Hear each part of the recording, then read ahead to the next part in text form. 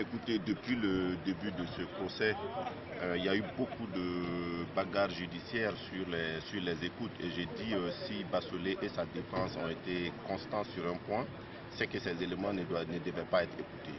Aujourd'hui, quand on les écoute, on se rend compte effectivement que non seulement le général Bassolé tirait les ficelles, mais que c'était vraiment l'aile radicale de ce coup d'État.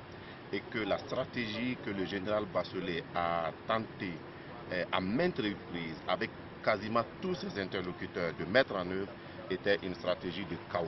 C'est pour ça qu'au niveau de la partie civile, nous disons que s'il faut reconnaître au moins une chose au général Diendéré dans ce procès-là, c'est qu'à un moment donné, il n'a pas donné suite à la stratégie du général Bassolé, qui consistait, comme il le disait, à faire des dégâts, à créer des situations graves, du fait qu'on ne puisse plus retourner, à provoquer en fait les affrontements dans Ouagadougou pour permettre qu'on puisse mettre tout à plat et discuter. C'était vraiment la stratégie de chaos.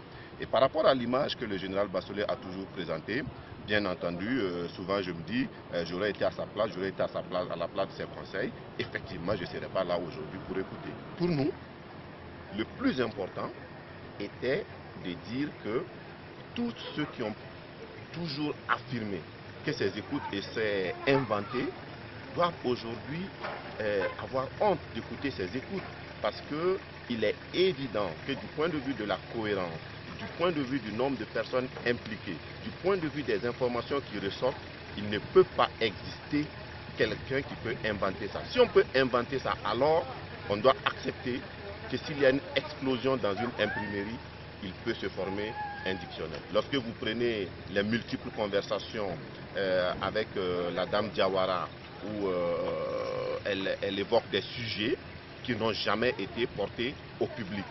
Comment donc celui qui va inventer peut savoir que ces sujets ont existé? Je vous dis une chose, dame Diawara a dit pendant tout son passage qu'elle a demandé de l'argent à Bassolé.